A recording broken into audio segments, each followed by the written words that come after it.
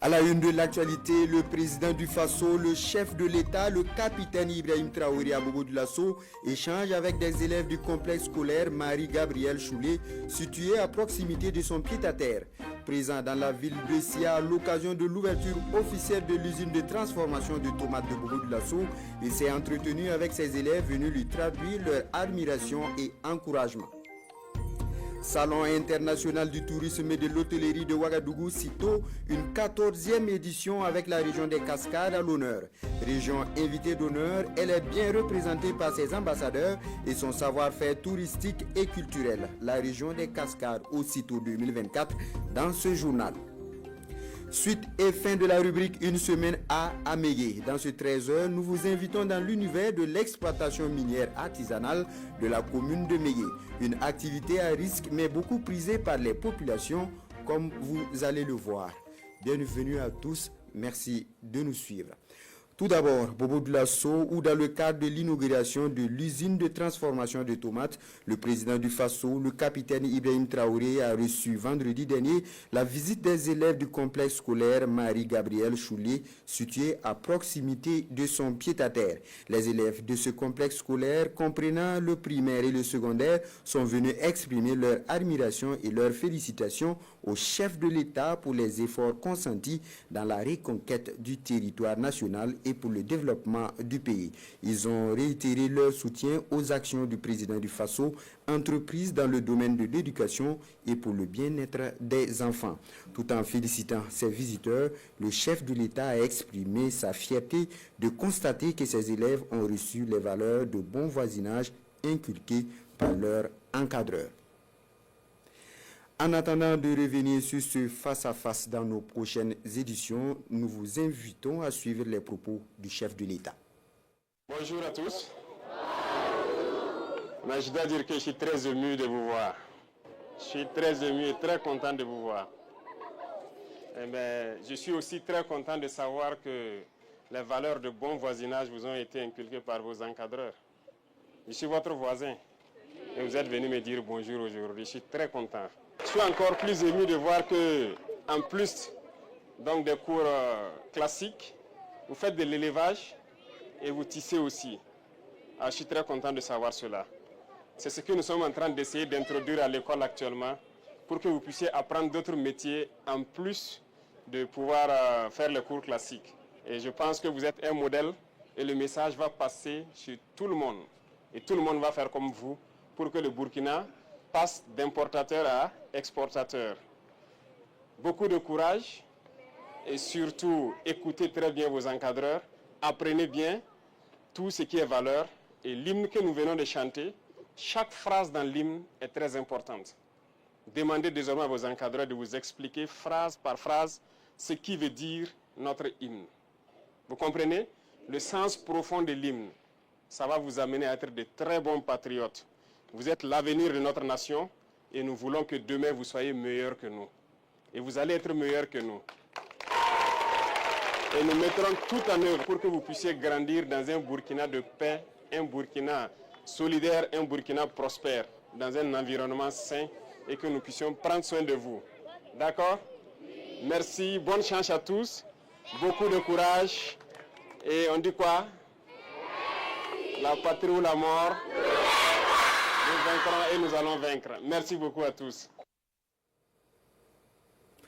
Paix et développement de la province de Boulkemde, les forces vives de la localité réunies hier à Koudougou mènent la réflexion sur la contribution des filles et fils de Boulkemde. C'est à l'occasion du forum provincial des forces vives de la province initié par le Haut Commissariat. Un forum mis à profit par l'ensemble des opérateurs économiques de Boulkemde pour mobiliser la somme de plus de 21 millions de francs CFA au profit du Fonds de soutien patriotique Nongba Kouda et Frédéric Nintiema. Plus de 21 500 000 francs CFA, c'est la contribution des opérateurs économiques de la province du Boulkemde dans la région du centre-ouest pour l'effort de paix au Burkina Faso. La quittance du paiement est ici présentée au ministre en charge de la justice à l'occasion du forum provincial des forces vives du Boulkemde. Une tribune de réflexion et de débat entre filles et fils de la province afin de proposer des solutions concrètes pour la paix et le développement dans cette localité. Le sentiment patriotique naît au niveau de l'échelle famille et grandit au plan national. Si vous n'aimez pas votre famille, si vous n'aimez pas votre région, si vous n'aimez pas votre province, vous n'allez pas prétendre aimer le Burkina Faso. Et c'est pourquoi nous trouvons que ce forum entre les filles et les fils du Bukembe est la bienvenue. Et nous pensons que c'est en discutant qu'on peut dégager des pistes, des solutions aux obstacles qui se présentent devant nous. Nous pouvons relever ensemble les défis qui se présentent à notre pays, qui sont les défis de sécurité et des défis de développement. Le Forum provincial des forces vives du Bulkembe est une initiative du Haut Commissariat de la province. Il regroupe autour des questions de paix, de cohésion sociale et de développement l'ensemble des couches sociales de la localité avec des autorités coutumières, religieuses, militaires et paramilitaires.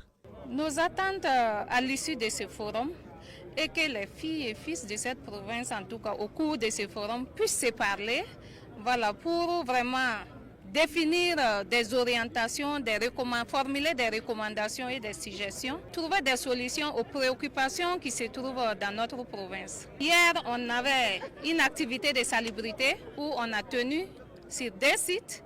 Dans l'après-midi, on a eu également une crosse populaire qui a rassemblé en tout cas environ 300 personnes, voilà, suivie d'une séance d'aérobic au niveau de la place de la Nation.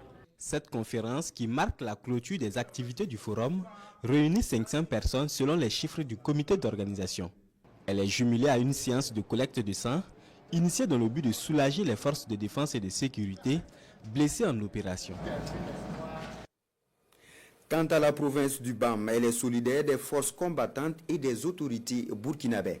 Elle l'a réaffirmé hier à travers la remise de vivres d'une valeur de plus de 8 millions de francs CFA aux volontaires pour la défense de la patrie VDP. Ce geste qui s'inscrit dans le cadre de la journée d'action citoyenne est une initiative des associations de veille citoyenne de la province du BAM.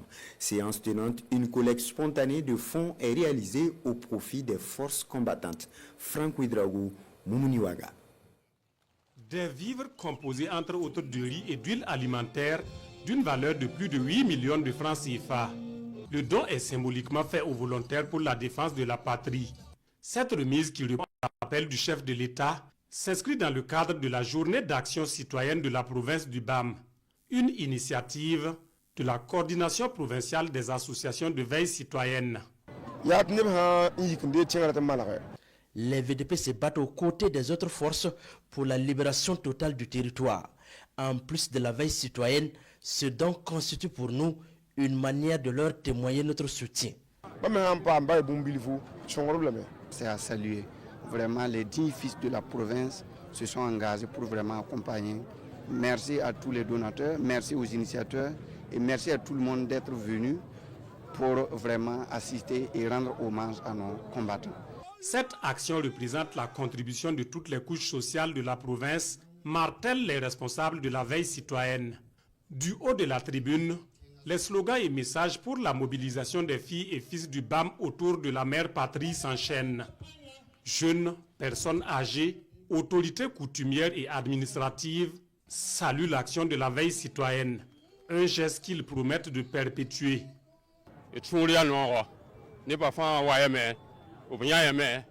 Nous avons tous vu le travail abattu. Merci à la veille citoyenne. Vivement que ces genres d'actions se poursuivent. Nous devons être et rester vigilants. La veille citoyenne est une activité de longue haleine et nous allons triompher contre vent et marée face à l'impérialisme et ses valets locaux. Je renouvelle ma reconnaissance à toutes les forces combattantes déployées sur le terrain du combat. Je vais faire une mention spéciale aux représentants du bataillon d'intervention rapide 16 ici représentés, dont les actions sont visibles sur le terrain. En sonnant la mobilisation au niveau de ce rond-point, place symbole de la ville, la coordination provinciale des associations de veille citoyenne du BAM envoie un message fort. Celui d'un BAM debout et uni comme un seul homme, en soutien aux actions des forces combattantes, aux autorités burkinabèses sous le leadership du capitaine Ibrahim Traoré, pour bouter les forces du mal hors des limites de la maison commune, le pays des hommes intègres. Dans l'actualité également, la première campagne de collecte d'archives et d'artefacts de la Révolution d'août 1983 commence aujourd'hui 1er décembre pour tout le mois de décembre. Elle vise à collecter sur toute l'étendue du territoire national et à l'international des archives de la Révolution et du président Thomas Sankara pour le mémorial. L'annonce est faite par le Comité international du mémorial Thomas Sankara lors d'un point de presse. Nongba Kouda et Amandine Lalsaga. Face aux journalistes, le coordonnateur du projet de construction des infrastructures du mémorial Thomas Sankara annonce la campagne de collecte d'archives et d'artefacts de la Révolution d'août 83. Elle va se dérouler du 1er au 31 décembre 2024 à l'échelle nationale et internationale. Nous voulons rassembler les archives et les artefacts pour alimenter les services d'archives, les bibliothèques et particulièrement la Maison des Mémoires et la bibliothèque numérique qui font partie des infrastructures à réaliser dans le projet de construction des infrastructures donc, du mémorial.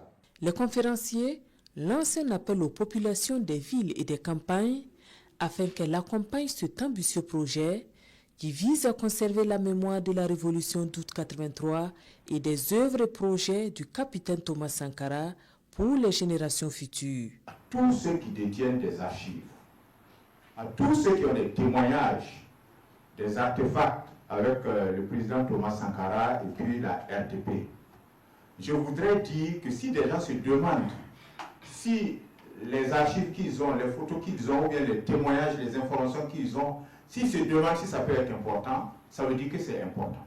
Il s'agit aussi des archives personnelles des acteurs de la Révolution. Vous avez des gens qui détiennent encore par devers eux des photos, souvenirs d'une visite de Sankara, vous voyez des photos rares de Sankara qui sont encore là, que personne n'a encore vues. C'est ça qu'on demande aux gens de nous céder gracieusement.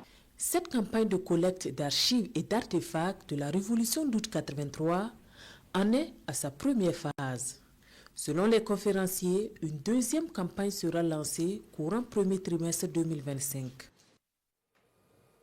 Ouvrons à présent cette page consacrée aux CITO. Les CITO, cet espace de découverte et de partage d'expériences avec des pays invités d'honneur, mais également une région invitée d'honneur, à savoir les Cascades. Une région fortement représentée par ses ambassadeurs touristiques et culturels.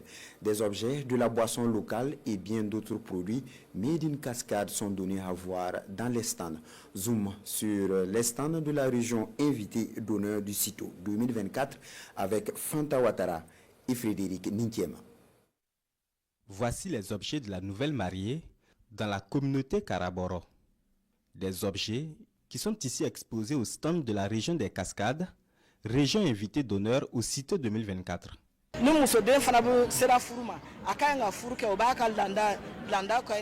Cet instrument de musique traditionnelle est très important dans notre culture. Lorsqu'on veut célébrer un mariage, on l'utilise pour les cérémonies coutumières et les moments de réjouissance, sans quoi un beau-père peut refuser de donner sa fille.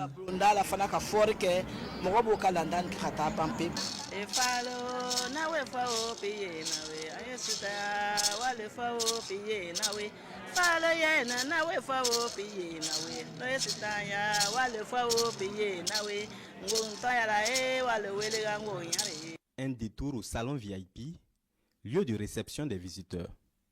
Ici, nous sommes au quartier général des boissons locales, typiques de la région des Cascades. Du vin de Bissap. Et là, ici, on a du bandji, extrait de la sève du rognier. Là, on a du miel, du vin de miel, saveur ananas. Le goût, on a goûté en tout cas, le goût est parfait. Voilà, donc, et le prix aussi est abordable, c'est à 1000 francs. À côté de cet endroit réservé à la boisson locale, il y a également cet espace dédié à la photographie. Une occasion pour les visiteurs d'immortaliser leur passage à la 14e édition du CITO. Nous avons un stand dédié aux produits forestiers non ligneux, voilà, qui sont issus en tout cas de la transformation des cultures de la région des Cascades.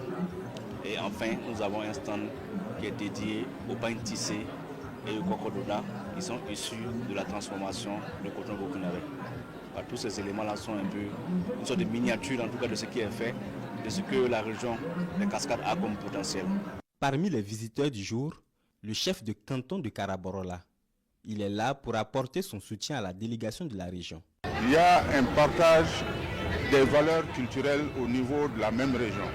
Ce qui fait ce que vous trouverez chez les Karaboro, vous en trouverez chez les Bouins, vous en trouverez chez les Turcas. Si vous prenez les paniers, sont utilisés par les différentes communautés. Si vous prenez le balafon, vous en trouverez dans ces différentes communautés. Et donc, ces valeurs-là font que la région des Cascades est une région vraiment qui est une destination à visiter. Cette 14e édition du CITO permet de découvrir toute la richesse culturelle et touristique de la région des Cascades à travers les différentes expositions. Un riche patrimoine à protéger et à valoriser pour les générations futures au regard de son importance pour le développement socio-économique du pays. Et dans la région voisine, les Hauts-Bassins, la ville de Sia et environnants se démarque pour ses nombreux attraits touristiques qui attirent de nombreux visiteurs toute l'année. Ce sont entre autres le mausolée Gimbi Ouattara, la grande mosquée de Dioula-Soba et la vieille ville de Sia. Quant à l'offre d'accueil, le secteur de l'hôtellerie s'est amélioré au fil des ans pour s'adapter aux besoins des touristes. Sur le site 2024, les acteurs touristiques bobolais attendent beaucoup pour le développement du secteur. Betty Bienao, Adama Julien Dambélé. La ville de Bobo-Dioulasso et ses environs regorge de plusieurs attraits touristiques qui se laissent découvrir, des sites historiques aux attractions naturelles, résultats du relief ou du climat. Chaque coin de Bobo-Dioulasso murmure une histoire aux voyageurs en quête d'évasion. Bobo-Dioulasso est aussi une mosaïque culturelle, richesse entretenue par sa population cosmopolite. Il y a toutes les communautés burkinabées qui y vivent.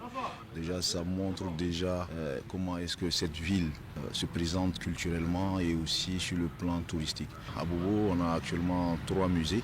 Voilà, le musée de la musique, le musée Sogosira Sanou et le musée Senufo. Au centre-ville, les masques, c'est que c'est aussi un pan touristique quand même qui permet à beaucoup de gens, à beaucoup de personnes à découvrir, à voir un peu les types de masques qui existent. Les clients, quand ils viennent à Bobo, plutôt ils veulent voir la grande mosquée. On les amène pour visiter, on peut rentrer dedans, filmer et faire la photo. Bobo, capitale culturelle par excellence et vitrine de promotion des arts de la scène et du spectacle, à travers ses centres culturels, à l'image du centre Idrissa Kone, ex-Bambou, chaque week-end, les visiteurs peuvent y passer d'agréables moments en compagnie d'artistes locaux ou de stars internationales. Cheikh Tidiane Seck, Mamar Kassir du Niger, mais ils ont joué ici. Il y avait combien d'Espagnols, combien de Français, combien d'Anglais. Aux énormes potentialités touristiques s'ajoute une grande capacité d'accueil à travers les unités hôtelières. Ce secteur s'est développé au fil du temps à Bobo-Dioulasso pour s'adapter aux besoins des touristes. Nous sommes maintenant à plusieurs hôtels avec plusieurs étoiles et nous offrons beaucoup de possibilités à nos visiteurs. Ou même si vous voulez visiter des sites touristiques, nous avions carrément un guide avec qui nous travaillons de façon permanente. Ces acteurs du tourisme et ceux du secteur de l'hôtellerie dans la ville de Bobo-Dioulasso fondent beaucoup d'espoir sur la 14e édition du CITO, le Salon international du tourisme et de l'hôtellerie de Ouagadougou. Au plan national, le Burkina Faso regorge un potentiel touristique impressionnant. 1080 sites et attraits touristiques en 2016. Les offres touristiques se déclinent en 2 grandes catégories, à savoir les offres originelles comprenant les sites et attraits touristiques et les offres dérivées qui regroupent des structures professionnelles facilitant ainsi l'activité touristique au Burkina Faso. Zoom sur quelques aspects de ce potentiel touristique avec Moumouni Wanga. Mémorial Thomas Sankara, l'une des plus grandes attractions touristiques au Burkina Faso. Situé en plein cœur de la capitale, il est le site le plus visité en 2024, cela malgré que le projet futuriste le concernant suit toujours son cours. Pourtant, ce site représente une infime partie du potentiel touristique du pays de Thomas Sankara. Selon les statistiques du ministère de la Communication, de la Culture, des Arts et du Tourisme, le Burkina Faso comptait 1080 sites et attraits touristiques en 2016 et subdivisés en 4 grandes zones. la zone touristique de l'Ouest, celle du centre, de l'Est et la zone touristique du Sahel. Parmi cette pléthore de sites touristiques, 4 sont inscrits au patrimoine mondial de l'UNESCO. Les ruines de l'Oropénie, le complexe W. Arli Penjari, les sites de métallurgie ancienne et la plus récente, la cour royale de Tiébélé. Ce qui témoigne de la richesse touristique du pays quand on sait que nombre de pays ne disposent d'aucun site dans ce registre. Ainsi, d'est en ouest et du nord au sud, une diversité de sites dont les cascades de Banfora, les dômes de Fabédougou, la mare d'Oursi, la réserve de Nazenga, le parc Tambi Kaboré dans la région du centre-sud, le granit de Laongo, autant de sites touristiques qui suscitent la curiosité de bien de visiteurs aussi bien nationaux qu'internationaux. À ces sites s'ajoutent les événementiels de renom, comme le Salon international de l'artisanat de Ouagadougou, le Festival panafricain du cinéma et de la télévision de Ouagadougou, la Semaine nationale de la culture, le Salon international du tourisme et de l'hôtellerie de Ouagadougou, et la liste est longue. À côté de ces offres originelles, celles dérivées. Cette catégorie d'offres regroupe des structures professionnelles indispensables à la bonne marche du secteur touristique. Elle comprend entre autres les hôtels et restaurants de haut standing qui se développent à travers les régions du pays. L'on note également l'éclosion des agences professionnelles de voyage en perpétuelle mutation pour satisfaire les besoins de la clientèle. Des offres originelles et dérivées donc avec chacune sa spécificité. Lesquelles spécificités incarnent des valeurs et cultures véhiculées par chaque région du Burkina. Un riche patrimoine aux soins de l'État burkinabé à travers son département en charge de la culture. Autant de merveilles à découvrir et à redécouvrir, renforçant le slogan du pays, Burkina Faso, la destination à ne pas manquer. Merci à vous, Moumouni Ouanga. La société minière Ayamgol et Sakan SA, le ministère en charge des mines et carrières et l'ONASER. Ces 3 structures ensemble s'engagent dans une sensibilisation du port du casque. L'étape de Ouagadougou déroulée en cours de semaine avait pour ambition de toucher un plus grand nombre d'usagers de la route, surtout les jeunes. Le lancement des activités avec Sila Sinawatara et Moussaki.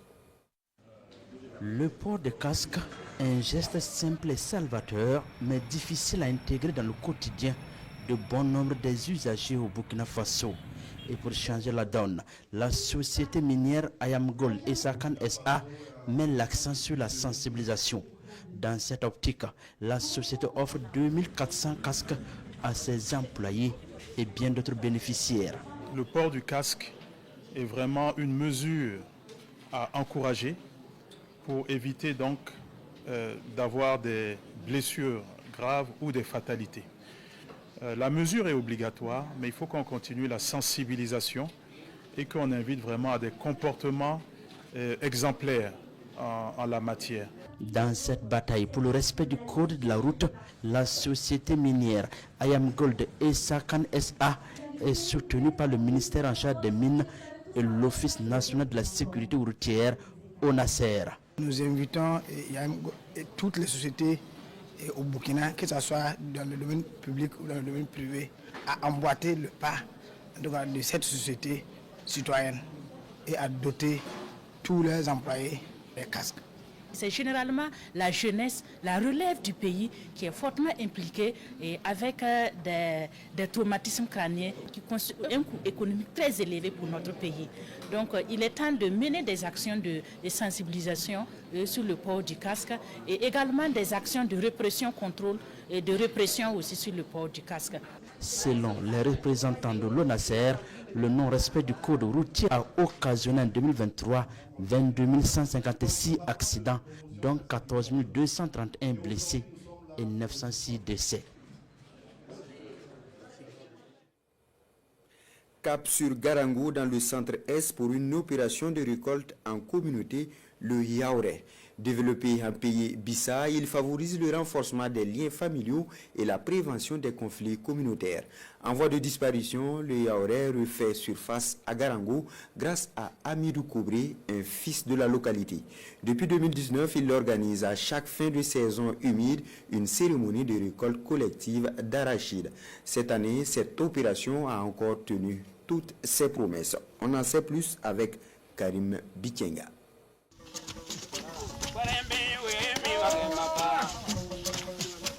Une récolte d'arachide au rythme des sonorités du terroir Bissa. L'événement est devenu quasi annuel. Et cette fois, 28 délégations répondent à l'appel de Amidou Kobré à Garango.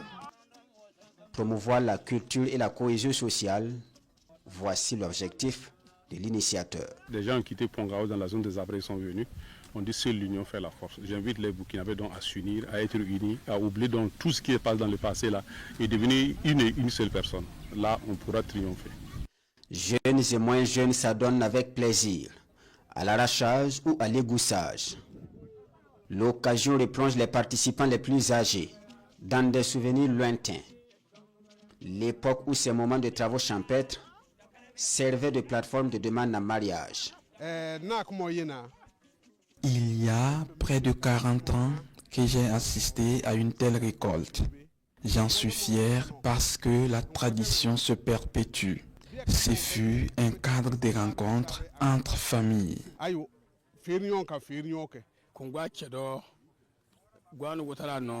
L'argent a tendance à remplacer les liens familiaux. Auparavant, c'est à ces occasions que les conjoints s'identifiaient. De telles actions ont permis l'union de plusieurs couples. Au-delà de promouvoir la culture et la cohésion sociale, l'initiative a une vocation qualitative. Les récoltes sont destinées à des femmes vulnérables, certaines d'entre elles regroupées en associations.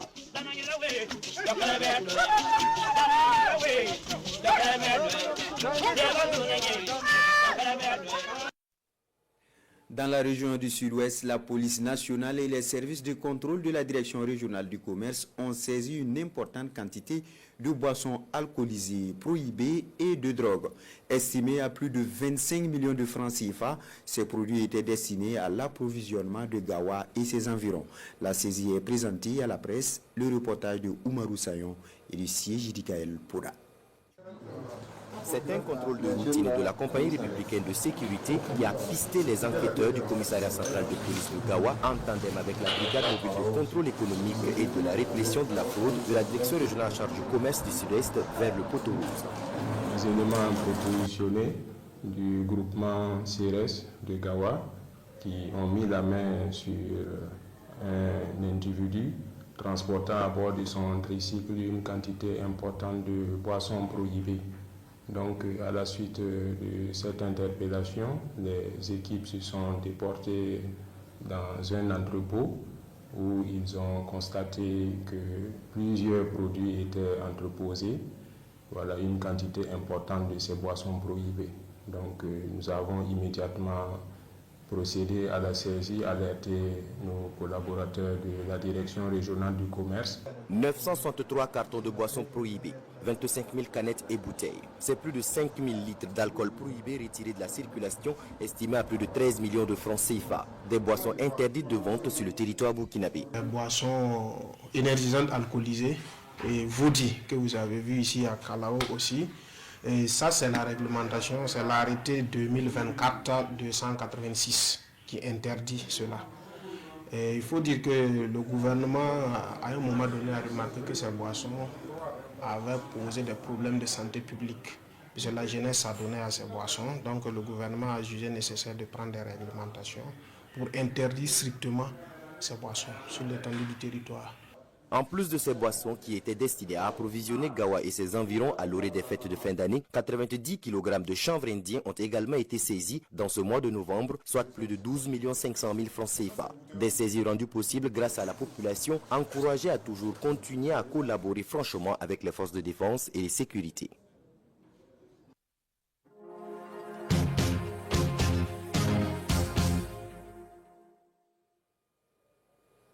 Des activités menées par les populations à Mégué, on note l'orpaillage. La commune a 4 sites d'exploitation minière artisanale et grâce à cette activité que les orpailleurs trouvent un peu difficile, il y a des chanceux qui ont pu se procurer divers biens à travers cette activité. Zoom sur l'orpaillage à Mégué avec Alassane Kendribego et Moussaki. Au secteur 1 à la sortie sud de la ville, se trouve l'un des 4 sites d'orpaillage de la commune de Mégué. Ici, on concasse le granit. Si on écrase le granit, on peut gagner comme on peut perdre. S'il arrive qu'on ne gagne pas, le propriétaire du moulin ne réclame rien. Des fois, on gagne 20 000 francs ou 15 000 francs. Il enlève sa part et il nous donne le reste. De l'autre côté, l'on l'écrase. La poudre est ensuite sculptée à l'aide de l'eau pour repérer les pépites de métal jaune. L'activité occupe bon nombre de personnes de la localité. L'orpaillage est la principale activité ici à Mégué. Tout le monde est dans cette activité. Les maisons que vous voyez sont construites grâce à l'or. Aux côtés de ces hommes, d'autres femmes à la recherche des roches. Il faut à certains endroits utiliser une pioche. Un travail pénible à laquelle s'adonnent ces dames. Ils sont venus ici pour chercher les cailloux. Quand on descend, on les tape pour partir écraser. Le jour, on peut gagner 10 000 ou 5 000. C'est pour nos besoins seulement. On achète des habits, des chaussures. Cela fait environ 2 ans que Moussa Gansouré et ses frères sont sur ce site artisanal. Pour lui, même si l'orpaillage est une activité difficile, il fait des heureux gagnants. Nous venons de Wayuguya. Ça marche un peu. Grâce à l'or, on a pu payer des motos, construire des maisons et organiser nos mariages. Sibnoaga Bibego est un jeune orpailleur du secteur 1 de Mégué. Il nous montre des images de l'or qu'il vient de vendre. Voilà le poids qui est là. Quand tu pars maintenant, on te donne le reçu même tout. En tout cas, sincèrement, je ne vais pas mentir avec l'orpaillage que j'ai fait sur le site. J'ai pu construire sur moi, je dors là-bas. Moi, j'ai pu payer un moto pour rouler. Bon, quand on parle de véhicule, j'ai un véhicule aussi. C'était par l'orpaillage. Mais nous, on trouve que avec l'orpaillage là, il faut que l'État même met sa main là-dessus. Pour l'accompagnement contre des produits chimiques, pour que tout ce soit évolué, pour qu'on puisse gagner beaucoup, travailler facilement, et puis pour vivre long avec nos enfants et nos petits-enfants. Bon, Mégué, ça contient 80% des orpailleurs parce que c'est un domaine à Mégué ici, sincèrement, là, c'est leur domaine. Avant les faire, mais à l'air, là, c'est ça qui est leur travail. Quand vous parlez de 5 grammes, là, 5 grammes, là, c'est combien? 75. Le gramme d'or coûte environ 50 000 francs CFA de nos jours. Et selon plusieurs témoignages, l'orpaillage contribue beaucoup au développement socio-économique de Mégué. J'ai cherché l'or partout. J'étais au Niger et je suis rentré avec 2 véhicules grâce à l'orpaillage. C'est l'or qui fait le développement de Mégué. Les orpailleurs appellent à l'installation de matériel de fonte pour faciliter l'extraction de l'or sur place. Ils demandent également la création d'un fonds spécial d'achat d'or pour permettre à l'État burkinabé de bien contrôler cette ressource. Des initiatives qui pourraient contribuer de façon significative à l'essor économique de la commune de Mégué, de la province du Ganjourgou, voire de tout le pays. Dernier jour de l'aventure à Mégué, nous vous proposons à présent l'ambiance du week-end dans cette partie du Burkina Faso. Le moins qu'on puisse dire, bon nombre de personnes se retrouvent autour de jeux de société, d'autres préfèrent le sport. La nuit tombée, les jeunes se retrouvent en petits groupes pour des causeries. L'ambiance avec Alassane Kendribigo et Moussaki.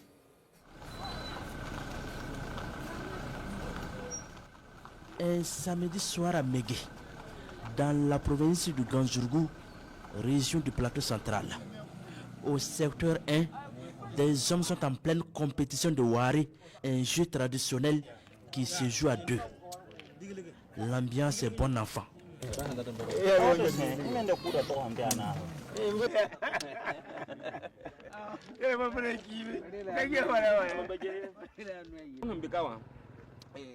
On se partage ici des expériences de vie. Cela permet de raffermir nos liens d'amitié. Il y a des gens qui ont quitté d'autres secteurs pour être ici. C'est bien, on fait des économies. Le Wari se pratique après les travaux champêtres.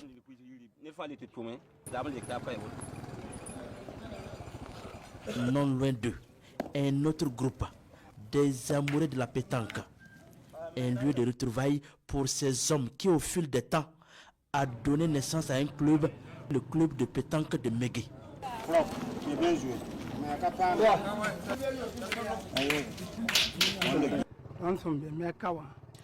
Nous passons notre week-end ici à jouer à la pétanque.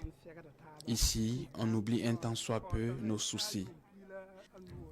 Cela fait 15 ans que je joue la pétanque. Le week-end, il y a vraiment de l'engouement. Du secteur 1, cap sur le terrain communal au secteur 4 de Mégué. Ces jeunes se retrouvent ici chaque samedi pour jouer au football. Là où les jeunes peuvent se rencontrer, c'est au terrain. Et le foot nous aide à se rencontrer, à former de l'amitié. Donc c'est pour cela qu'on a choisi de venir jouer au terrain, pour que tout le monde se rassemble. La nuit tombe sur Mégué. Dans les rues, quelques jeunes se regroupent et mènent la causerie. Une manière pour eux de passer le samedi soir. Le samedi soir, si on a l'argent, on se retrouve dans un coin calme pour manger la viande. On peut également passer le week-end à la maison pour faire plaisir aux parents. Actuellement, on n'a pas l'argent. On s'est regroupé pour causer. S'il est tard, chacun rentre chez lui.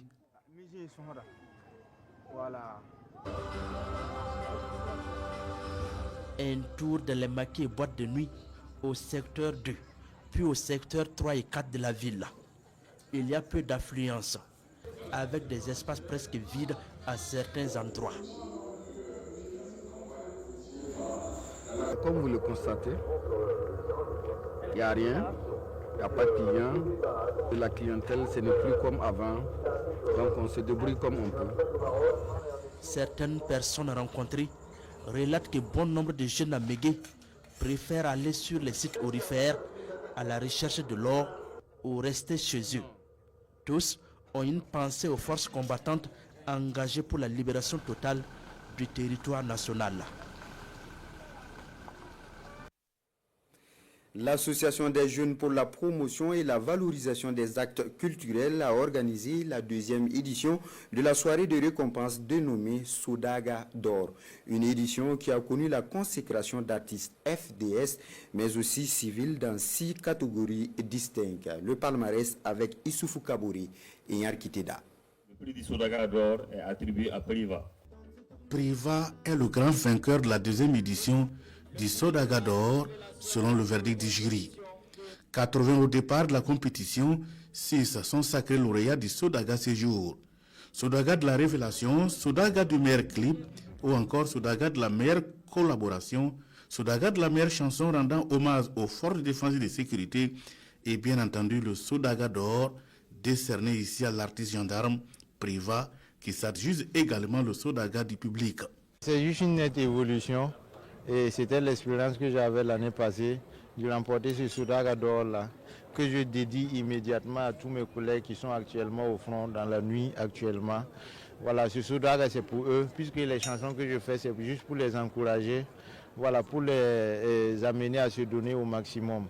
Le Sodaga d'or est un projet culturel porté par l'association des jeunes pour la promotion et la valorisation des arts culturels.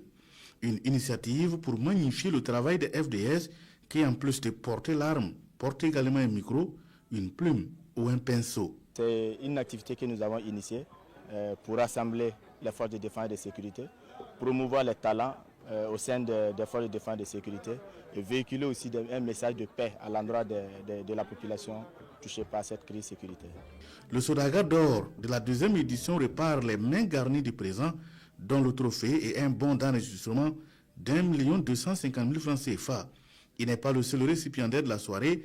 Les partenaires et collaborateurs du comité d'organisation rentrent également avec des attestations de reconnaissance. Sport football pour le premier derby des Cascades dans l'histoire du football burkinabé. La Ligue de football professionnel a donné la parole aux acteurs de ce choc Sporting Cascade Isco de Banfoura hier dans la salle de réunion de la direction régionale des sports à Banfoura. Les propos des entraîneurs et des capitaines des deux équipes au micro de Jérôme Tiendrebego. Nous allons proposer au public de Banfoura un très grand match.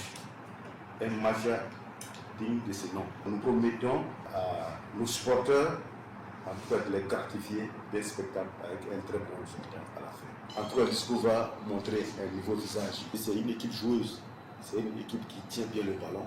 Ici, c'est faire tout pour empêcher ces jeunes-là de posséder le ballon. C'est un derby, quand il y a la niaque qui est là, il y a le public qui est là, il y a la motivation qui est là, il y a ce qui est en face qui est là, qui est l'adversaire.